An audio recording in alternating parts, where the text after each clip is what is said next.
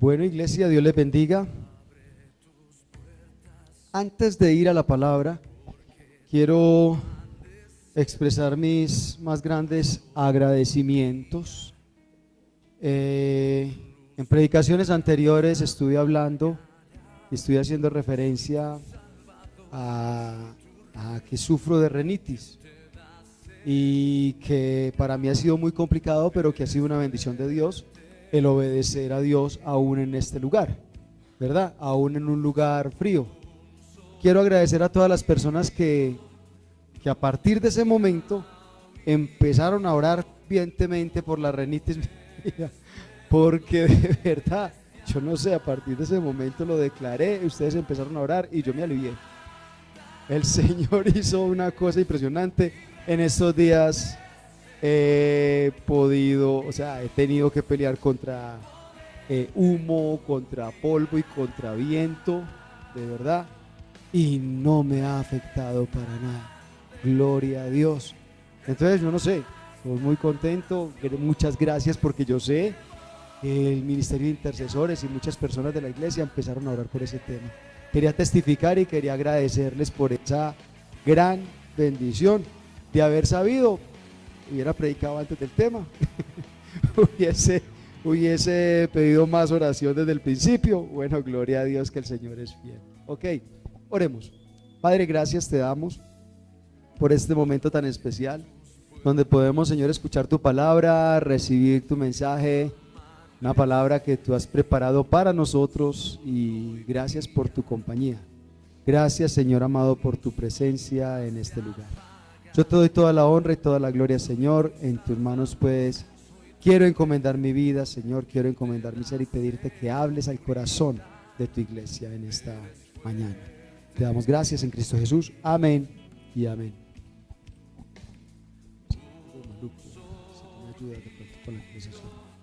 Ok, les invito a que abramos nuestras Biblias en Romanos capítulo 1. Romanos capítulo 1.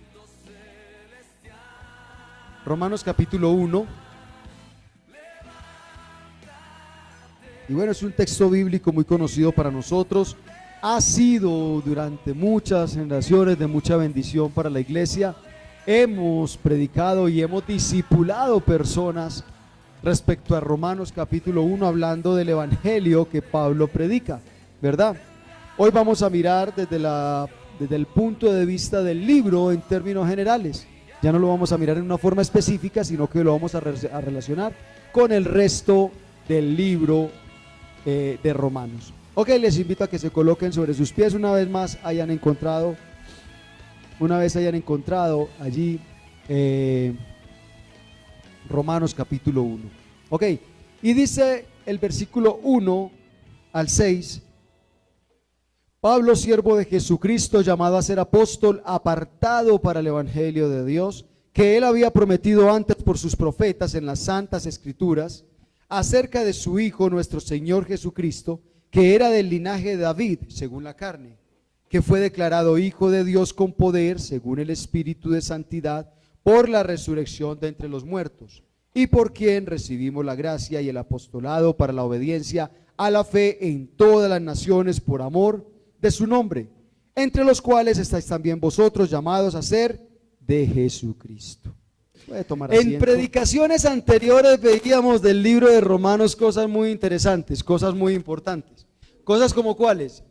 Como que Pablo escribe la carta a los romanos, no específicamente con el deseo solamente de visitar a los romanos, sino más bien que Pablo tiene un propósito detrás de todo ello. Y el propósito es que los romanos lo lleven, lo ayuden a llegar hasta España. Pablo tiene deseos de ir a España.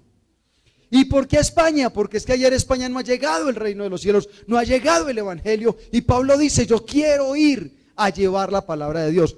Bíblicamente no conocemos alguna referencia de que este sueño se haya cumplido.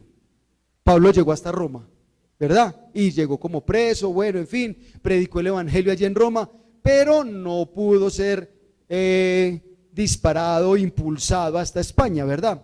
El deseo era poder llevar, porque allí estaban los grandes filósofos, grandes hombres de mucho conocimiento, Pablo quería impactar esas personas, llegar hasta España y poder impactar con el evangelio, ¿verdad? Sembrar donde no se había sembrado.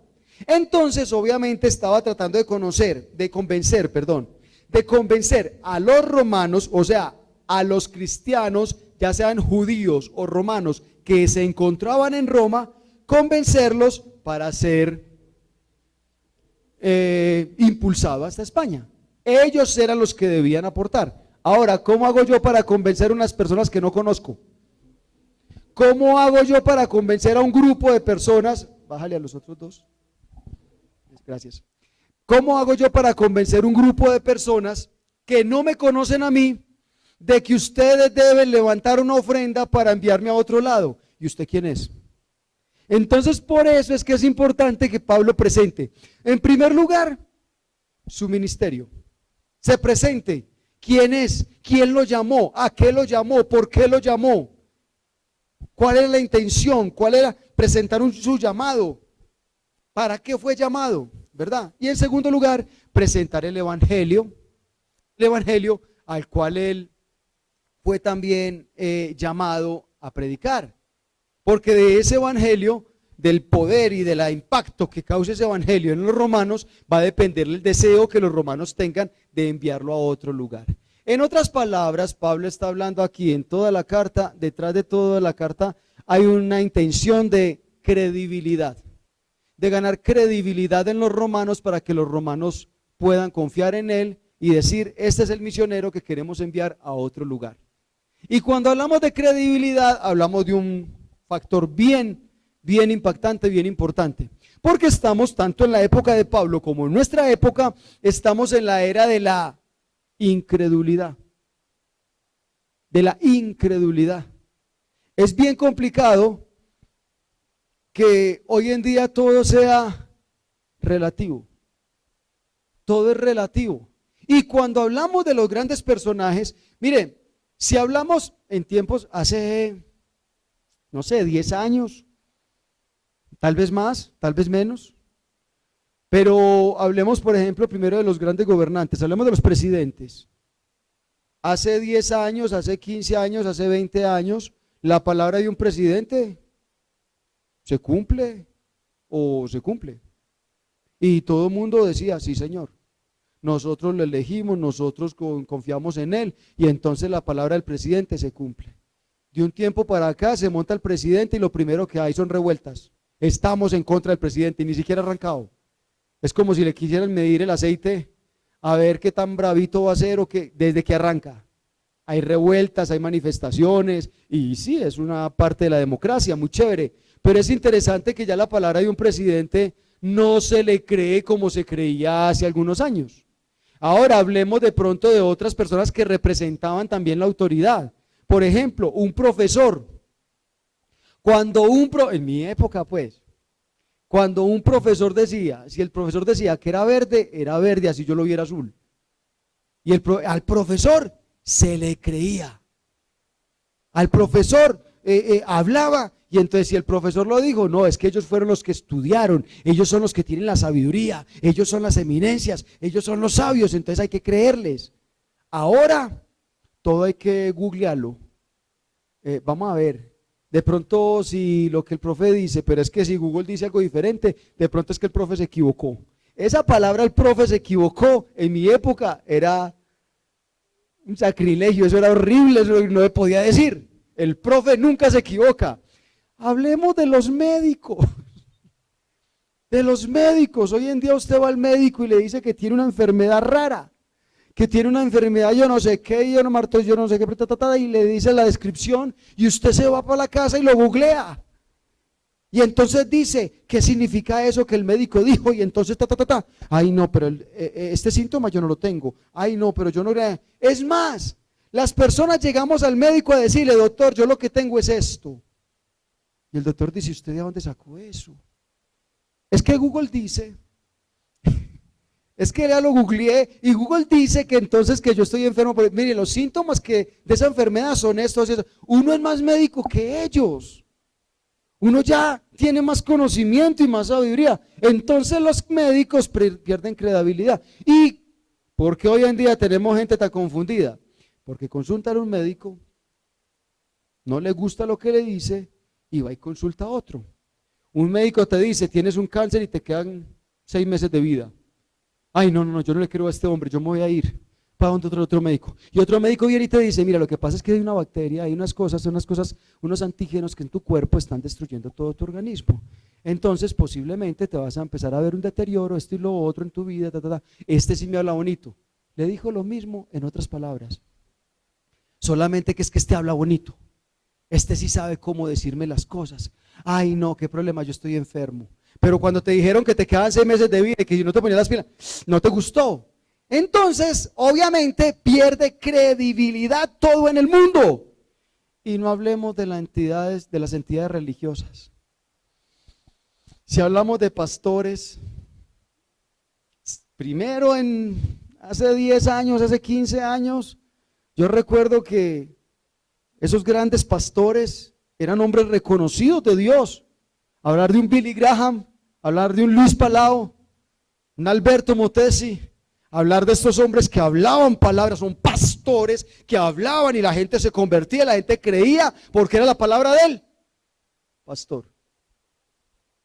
Discúlpeme la expresión, pero ¿cuál es el concepto que tienen hoy en día los mundanos respecto a todos los pastores que ya salen por todos los medios de comunicación?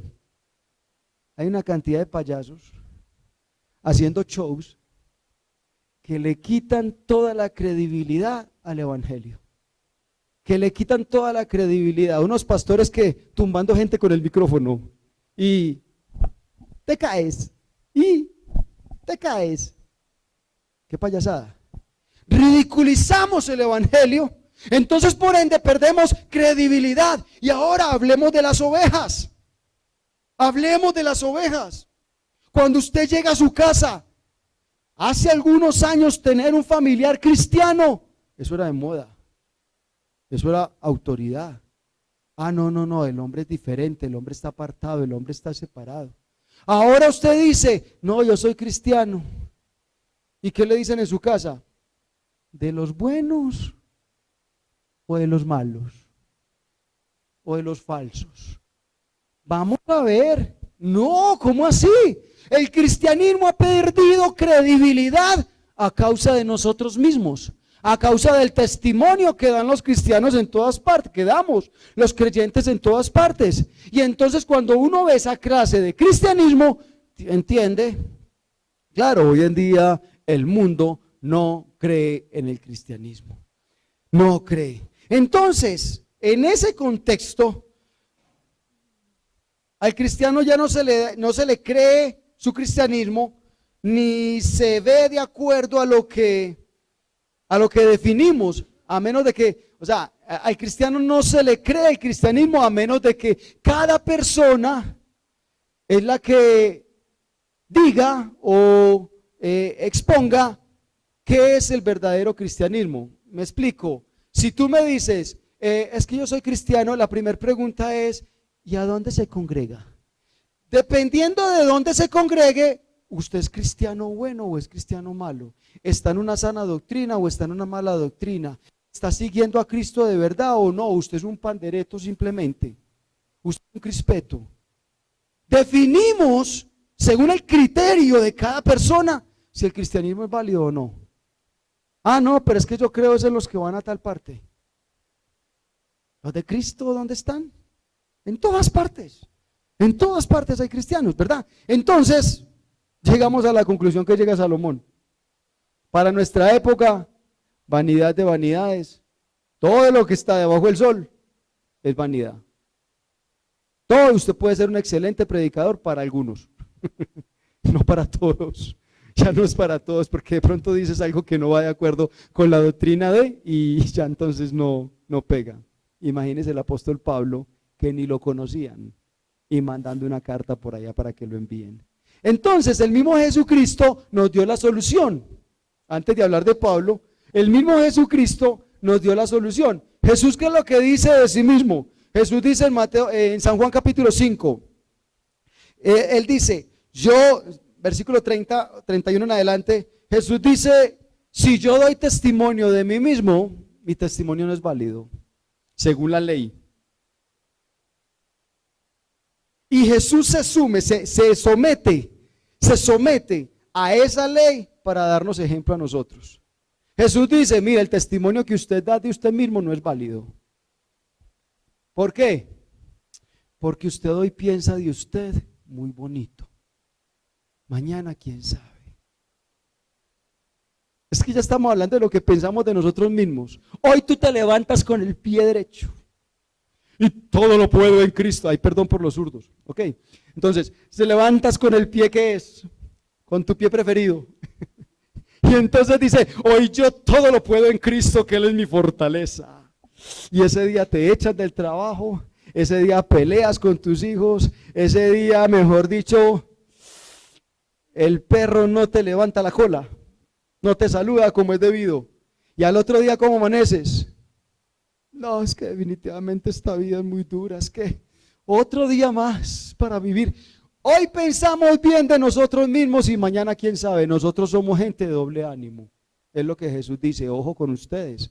Porque Jesús, aunque tenía un autoconcepto muy bien definido y muy estable, nos da ejemplo de cómo nosotros sí pensamos una cosa y mañana otra. Nosotros no tenemos credibilidad en nosotros mismos. De ahí parte el problema. No hay credibilidad. Y entonces Jesús dice, pero tampoco voy a aceptar el testimonio de ustedes. Sí que menos, le dice a los fariseos, pero tampoco voy a recibir testimonio, que ustedes hablen de mí. Eso son mentiras, yo no me voy a basar en eso. Las personas pueden hablar de ti bien hoy. Mañana quién sabe. Eso no es, y estamos hablando de las personas más cercanas, no estamos diciendo, sí, es que el mundo hoy nos mira. No hablemos del mundo. Hable de su cónyuge, yo coloco este ejemplo. Yo voy andando en el carro y yo para mi esposa hay días en los que me dice, mi amor, pero es que tú conduces muy bien. Vaya, coja un hueco. Vaya, ¿qué amor? ¿Va a acabar el carro qué? No que yo confundía, no que yo era Schumacher pues, entonces. No que yo era el piloto y entonces ahora ¿qué pasó? Ya está hablando todo lo contrario. Sí, o sea, somos muy circunstanciales. Tú eres el héroe de tus hijos hasta que les dices no. Usted sí es, mire, me frustró la vida. Sí, o sea, entonces no podemos recibir testimonio. Si usted se basa en el testimonio de los demás, así sean sus seres más queridos, usted va a ser la persona más bipolar que existe. Entonces Jesús dice, el Padre que me envió, ese va a dar testimonio de mí. En otras palabras, yo me miro conforme a lo que el Padre ve de mí. Yo creo que esas son las palabras que el apóstol Pablo toma. Esas son las palabras que definen al apóstol Pablo para poder definirse a sí mismo, para poder presentarse, porque Pablo aquí le está dando más importancia al que lo llamó que a su propio ministerio, que a su propio llamado. Pablo parte de esa parte para definir su ministerio y decir, es que lo importante de mi ministerio, y vuelvo y entonces aplico nuevamente, iglesia, lo importante de lo que usted está presentando, el impacto que usted puede dar a nivel familiar, no depende de usted, depende de aquel que lo llamó. ¿Por qué su familia le va a dar credibilidad? Cuando usted no se presente a usted mismo, cuando usted presente al Cristo que lo mandó. Aquel que me llamó es el que me define. Y ahí es donde usted se para firme. Porque si usted dice, yo soy cristiano, pero es que usted dijo mentiras, pero es que usted también hace, y entonces, ¿qué cristianismo es el que usted presenta? No, ¿cuál cristiano? Usted lo que es un crispeto, mire, usted no hace esto, usted no hace aquello. No, es que yo no vengo presentándome a mí, yo vengo presentando a Cristo, el que murió por mí.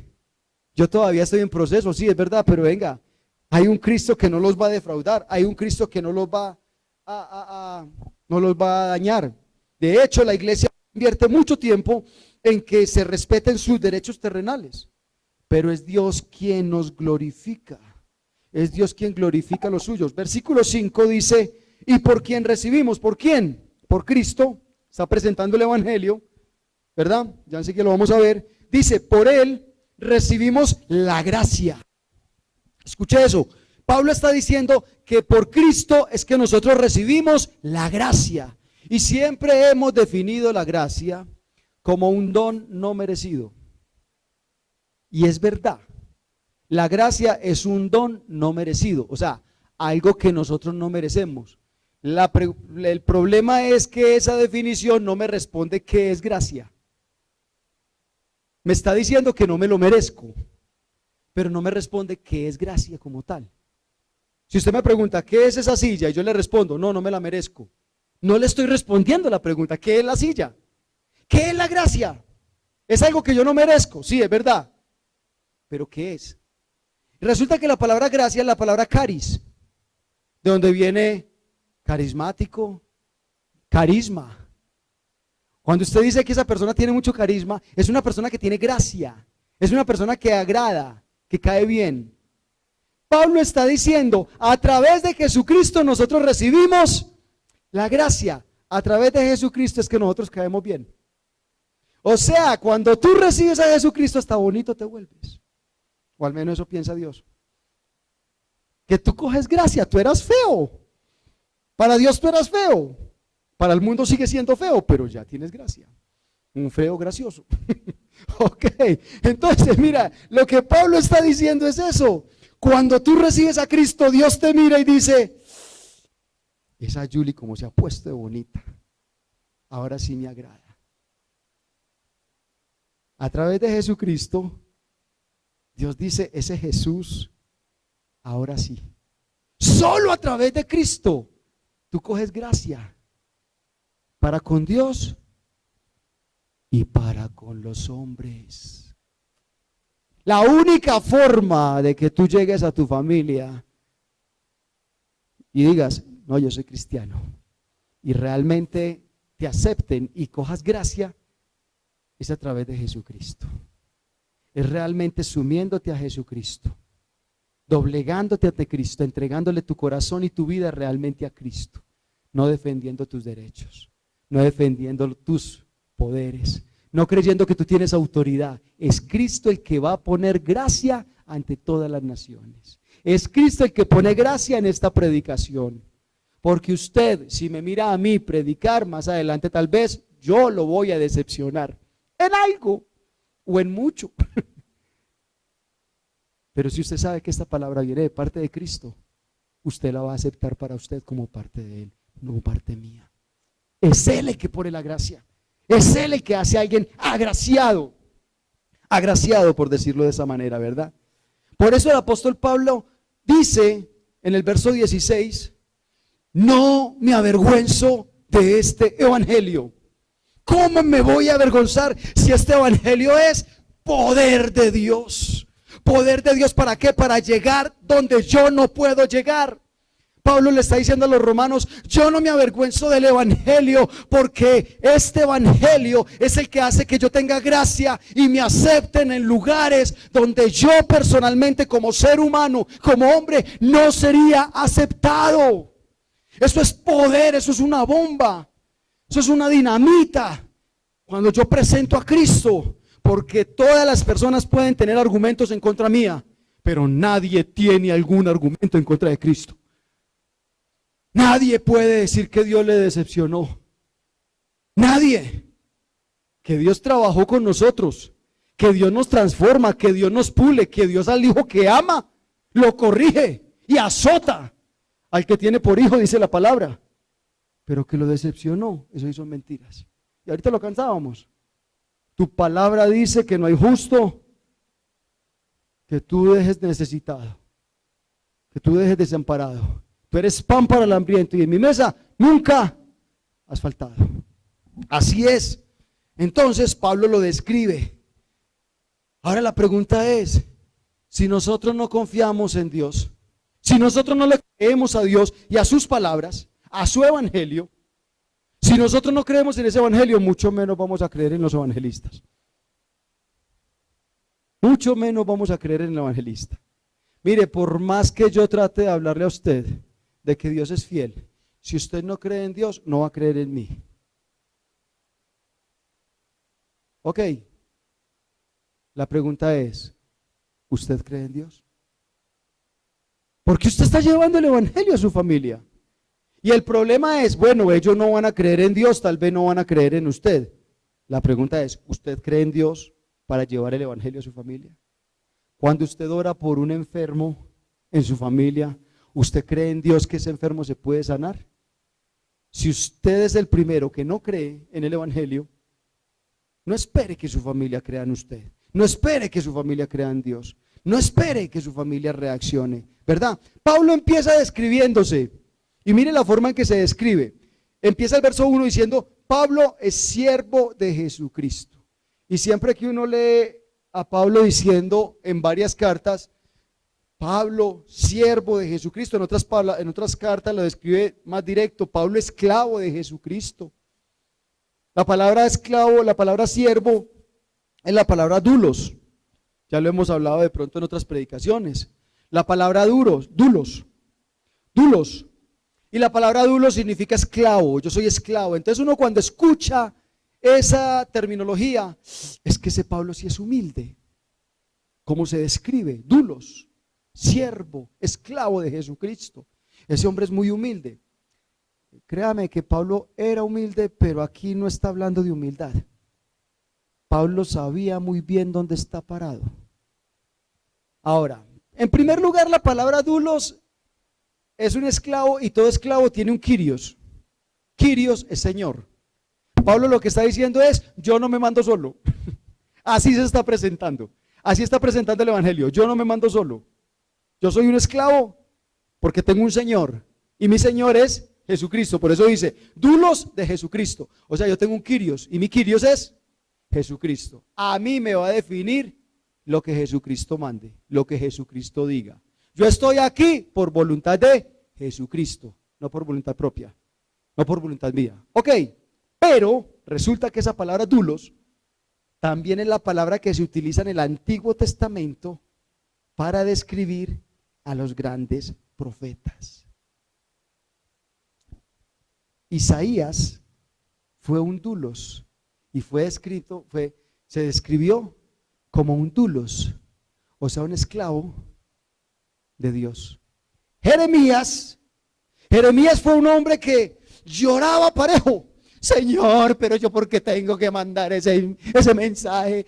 Envía otro. ¿Y cómo termina? Como esclavo, como dulos. Eso se la pasaba de cárcel en cárcel, de pozo en pozo.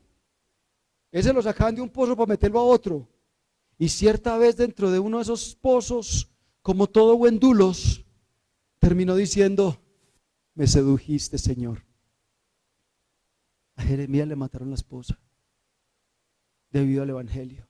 Y él termina diciendo, como esclavo de Jesucristo, me sedujiste y no me pude contener en tu verdad. Yo voy a caminar. ¡Wow! Pablo aquí está diciendo, yo vengo a traer un evangelio porque soy dulos, así como lo fue Isaías, y así como lo fue Jeremías, y así como lo fue Moisés, y así como lo fueron los grandes profetas del Antiguo Testamento. Se está colocando al nivel de los grandes profetas. ¿Usted sabe lo que significa eso? Pablo está diciendo, el mensaje que yo traigo es tan importante y aún más importante, porque los profetas hablaron de lo que no conocían. Ahora Pablo les podía describir lo que ya conoció. El evangelio se cumplió y Pablo era un esclavo de ese evangelio. Entonces él no está diciendo, pobrecito de mí, es que yo soy un esclavo. No, él está diciendo, la palabra que yo les traigo a ustedes, el mensaje que yo les traigo, el evangelio que yo predico, está al mismo nivel de Isaías, de Jeremías, de Ezequiel, de Daniel. Está al nivel de la profecía, está al nivel de cualquier palabra con autoridad. Yo no sé si usted cuando llega a su familia y le presenta el evangelio entiende eso, que usted tiene más autoridad, tiene más conocimiento de lo que tenía Isaías, y que usted como esclavo de Jesucristo está al mismo nivel de los profetas, y que está llevando la palabra a su familia, está llevando la palabra a los suyos, le está empezando un mensaje de juicio, de exhortación, que se va a cumplir, como se cumplió el mensaje de los profetas. Entonces Pablo lo que está diciendo es, si lo que enseñaron los profetas se cumplió, lo que yo le estoy diciendo también, porque está al mismo nivel, a la misma altura de ellos. Y por ende también dice, llamado a ser apóstol. ¿Cómo así que llamado? Los grandes hombres de la Biblia fueron hombres llamados. ¿Por qué Moisés fue a Egipto y hizo grandes cosas? Pues porque fue llamado por Dios. Pues porque fue apartado por Dios. Fue escogido por Dios. ¿Para qué?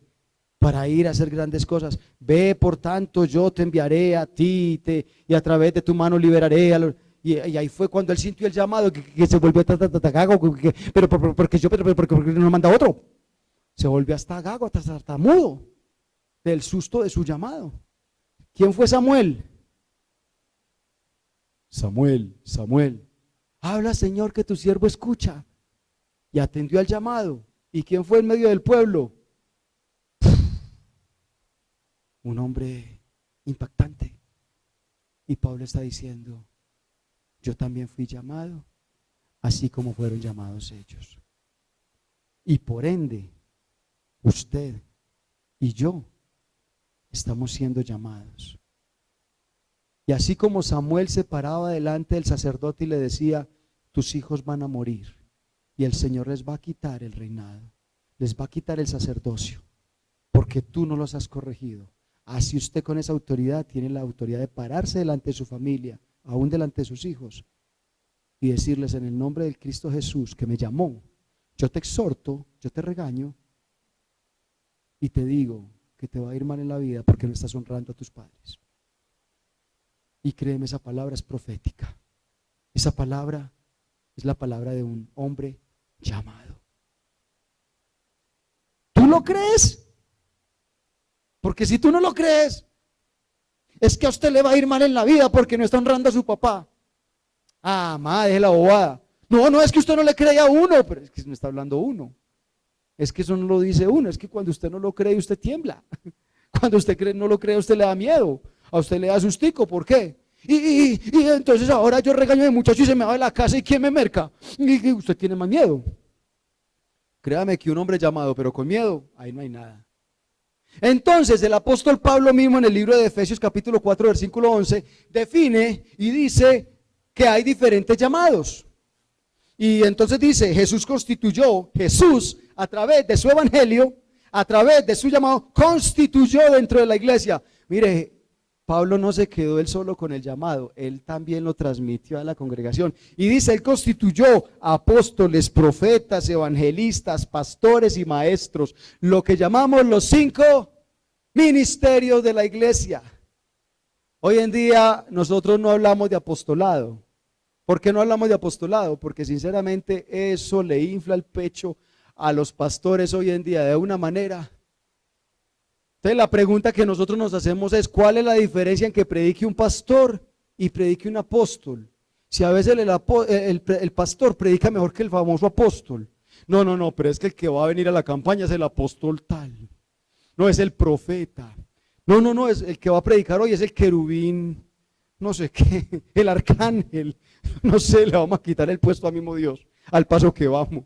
Ok, entonces nosotros no nos pasamos en renombres. Créame, lo importante es la palabra que predica, lo importante es la palabra de poder, de autoridad que usted tenga en la boca, que el Señor le dé.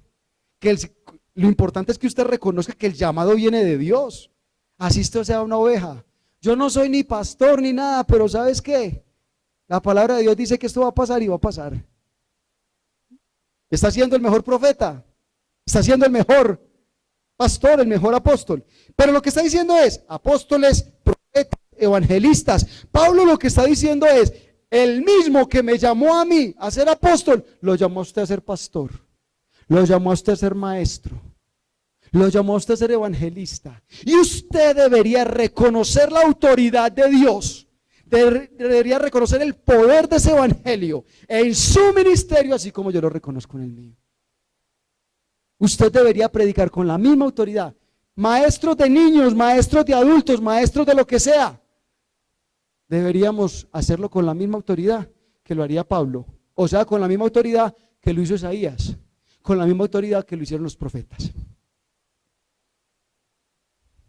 Evangelistas. Vaya, evangelice con poder, no evangelice con miedo. Sienta el poder de Dios en el evangelismo. Pablo está diciéndolo. Sienta el poder de Dios. Valore el evangelio. Valore el ministerio.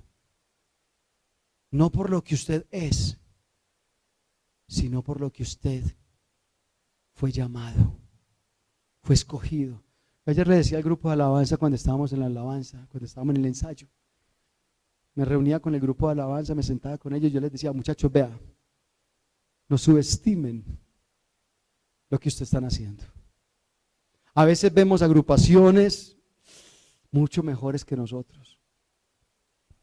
¿Y saben qué es lo tremendo? Que por más bien que ustedes toquen, siempre va a haber alguien que toque mejor. Y nos estamos empezando a rodear de gente profesional. Sí, están llegando músicos profesionales a la iglesia, a las iglesias. Y entonces cuando uno los ve tocar, yo no toco. Sí, yo. No subestime al Dios que lo llamó. Ese fue el problema. ¿Qué es lo que dice la Biblia? ¿Qué es lo que enseña Jacob y Esaú? ¿Cuál fue el problema con Esaú? ¿Cuál fue el problema por el cual Dios rechazó a Esaú? No valoró su primogenitura, no valoró el ser el primero en la familia, la vendió por cualquier plato de lentejas, por cualquier guiso rojo, la despreció vilmente y por eso dice, desprecié a Esaú y amé a Jacob, porque Jacob sí le dio precio, sí le dio importancia a su llamado. No desprecie usted el llamado, no desprecie usted lo que Dios le ha dado, lo que Dios nos está entregando en las manos, lo que Dios nos está poniendo enfrente. Ahora, quiero terminar este estudio con esto, mire, si nosotros somos llamados, si Dios otorga a sus siervos una autoridad extraordinaria, si nosotros tenemos esa autoridad, porque fuimos llamados por Dios, créame, el hecho de que usted esté acá, es porque Dios lo llamó de alguna manera, y lo llamó a un evangelio glorioso, a un reino inmarcesible, a un reino eterno, a un reino soberano. Si Dios lo llamó a participar de ese reino, entonces, y le dio dicha autoridad, ¿por qué la humanidad no nos respeta? La humanidad no respeta el cuerpo de Cristo hoy en día. ¿Por qué no le vemos la importancia? ¿Por qué el mundo no le ve la importancia? Yo diría, ya dijimos la primera parte, la primera postura o la primera condición para que no nos respeten. En primer lugar, porque nosotros mismos no nos respetamos. Nosotros desvalorizamos el evangelio muchas veces que nosotros predicamos o en el cual estamos caminando. Es poder de Dios, pero a veces no lo sentimos de esa manera, ¿verdad? Creemos que nosotros, es que hubo una época donde el evangelio era para los pobres, para los necesitados, para los que, es que no tienen nada que comer, entonces buscan de Dios, no tienen de dónde agarrarse, entonces pues que se agarren de Dios. Al fin y al cabo, la esperanza es lo último que se pierde. O sea, nos trataban como si no tuviéramos esperanza alguna, entonces pues por eso se volvió evangélico. Qué pesar. Si trabajara y tuviera plata, no sería evangélico. Algo así, más o menos, eran tiempos pasados, nos trataban como de subestimar como los pobres. No. Llegó un momento donde Pablo nos dice, no, es que el evangelio es poder, qué pena con usted, no me subestime ese evangelio. Entonces, en primer lugar, porque nosotros mismos no lo valoramos. En segundo lugar, pues, ¿por qué no nos respetan? Pues no respetaban a los profetas en el Antiguo Testamento. Yo creo que Dios podríamos definirlo en nuestra época, en nuestra cultura, como el mayor desmotivante. No es el mayor motivador, sino desmotivador. Piense por un momento que Dios lo llame a usted como llamó a Isaías. Ve por tanto y háblales para que no te escuchen.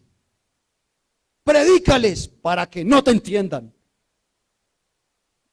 Yo me imagino yo escuchando las palabras, entonces ¿por qué voy? Pues, venga, ¿es en serio? ¿Por qué no me manda más bien a los que me van a entender, a los que me van a escuchar? No, su trabajo es hablarles, pero no te van a respetar. Entonces, si no respetaron a los del Antiguo Testamento, si a Jeremías lo mantenían de pozo en pozo, ¿qué puedo esperar de mí?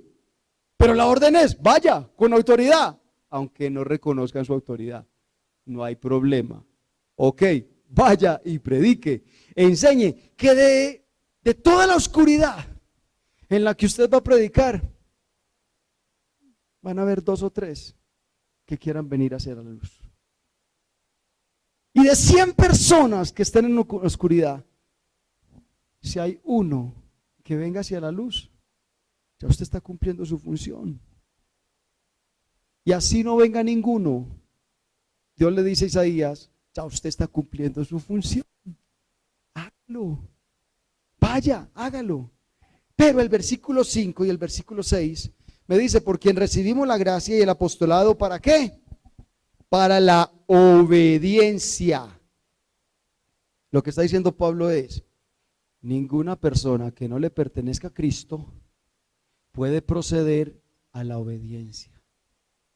Y en segundo lugar, está diciendo en el verso 6, entre las cuales estáis también vosotros, llamados a ser de Jesucristo. Lo que Pablo está diciendo es, si ustedes son de Jesucristo, ustedes van a obedecer al llamado. Ustedes van a valorar. Y por eso es que a uno se supone que le gusta predicarle a la iglesia. Porque se supone que esta iglesia es de Jesucristo. ¿O no? Amén. Entonces se supone que si somos de Jesucristo, vamos a proceder a la obediencia a la fe. Vamos a escuchar el llamado, vamos a escuchar esta palabra y la vamos a obedecer. ¿Qué es lo que hace realmente diferente al pueblo de Dios? La obediencia a la palabra. Y entonces cuando usted ve una persona obediente, usted dice, según el texto bíblico, esta persona le pertenece a Jesucristo. Mire, volvemos otra vez al tema de Pablo. Pablo está escribiéndole a los romanos o a los judíos, a los cristianos que están en Roma. Les está escribiendo ¿para qué? Para que lo envíen a España. Los romanos no lo conocen, pero conocen el evangelio que Pablo predica. Y Pablo les está diciendo, si ustedes son de Cristo como yo soy de Cristo, si ustedes le pertenecen a Cristo como yo le pertenezco a Cristo, ustedes no van a tener problema alguno en hacer una recolecta y mandarme para España. Estamos hablando en un contexto de asuntos de plata. Y Pablo los está brochando y le está diciendo, demuéstreme que usted le pertenece a Cristo. Diezme, ofrende, obedezca. Estamos en un contexto de una recolecta. Estamos en un contexto. Si usted este evangelio es el mismo, si el evangelio que yo predico es el mismo evangelio en el que usted cree, está diciendo, usted no tendría problemas. Si usted le pertenece a ese mismo Jesucristo, al que le pertenezco yo, usted y yo no tenemos problema alguno en soltar lo que sea por el crecimiento de la obra. Porque es que aquí, el único que le pertenece a Dios no soy yo. Aquí el único que trabaja para la obra de Cristo no puedo ser yo. Aquí todos tenemos que ser conscientes. Todos pertenecemos a la obra de Cristo. Todos pertenecemos a Cristo. Entonces, a la hora de, vamos a construir algo, ¿este sueño es mío? ¿O es el sueño de Cristo? Y si usted identifica que es el sueño de Cristo y usted le pertenece a Cristo, ¿usted qué hace? ¿Cuánto hay que poner? Así nomás. ¿Cuánto hay que poner? ¿Qué hay que hacer? ¿Qué hay que hacer? Dígame. Si esa es la visión de la iglesia, todos deberíamos participar, porque todos le pertenecemos a Cristo. Y es ahí donde Él define, este llamado no es solamente mío. Es imposible, iglesia, que yo diga, pertenecer al Jesús del poderoso evangelio.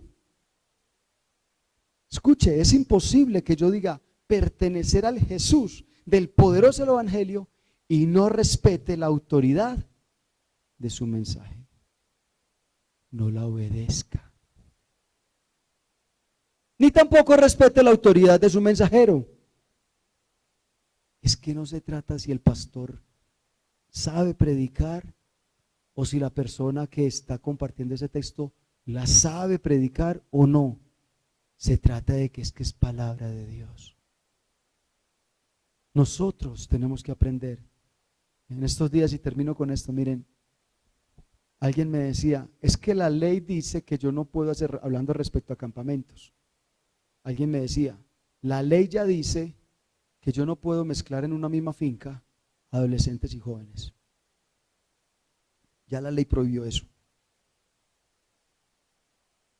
Y entonces, hasta los 17 años van a un campamento. De los 17 años, de 18 para arriba, van a otro totalmente diferente. No puedo mezclar en una misma finca, dice la ley. Y yo le dije a esa persona, venga, pero es que estás complicando mucho la vida. Así le respondí yo. Venga, pero es que estás complicando mucho las cosas, así es mucho más difícil. Yo te estoy ofreciendo algo y tú me estás complicando la vida. Estaba hablando de otro pastor, de pastor a pastor. Y ese pastor levantó las manos y dice, es que no lo digo yo, lo dice la ley. Y automáticamente yo como que, ups, yo no estoy atacando a quien lo dice. Yo me estoy rebelando en contra de la ley. Lo mismo nos debería suceder a nivel espiritual. Iglesia, no te lo estoy diciendo yo. Te lo está diciendo quien me envía. Cierra tus ojos. Y piensa por un momento, deja que el Espíritu ministre tu corazón. Deja que el Espíritu Santo ministre tu vida y te haga reflexionar cuántas veces yo he denigrado, he dudado, he atacado la palabra de Dios, el Evangelio. ¿Cuántas veces yo he ocultado esa palabra y la he hecho a un lado? ¿Cuántas veces yo he dicho no estoy de acuerdo?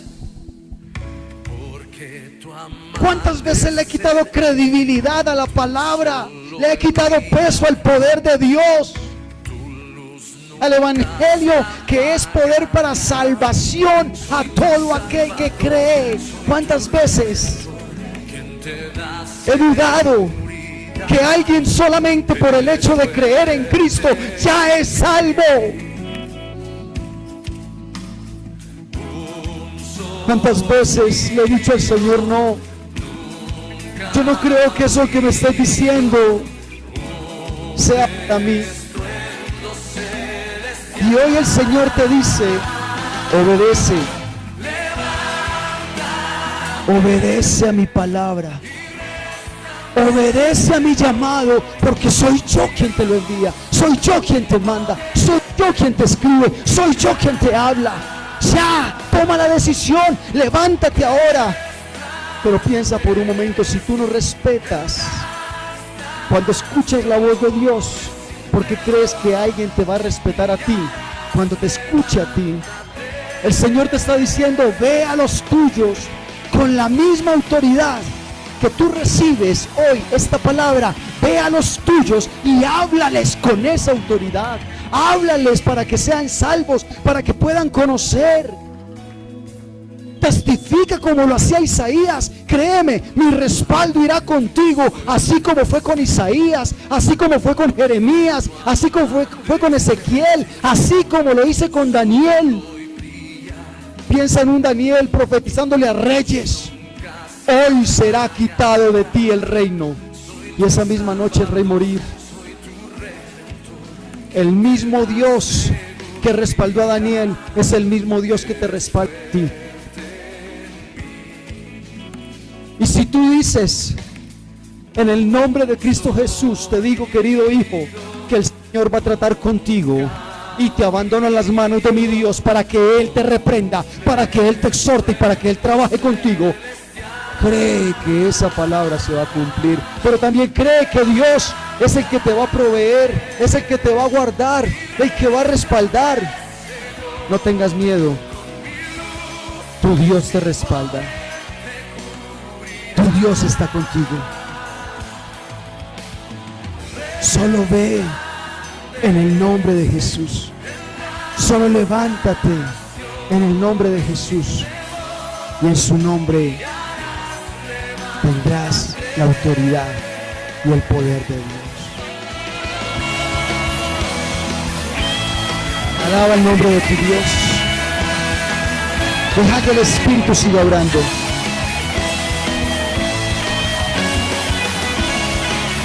Que la palabra impacte como nunca.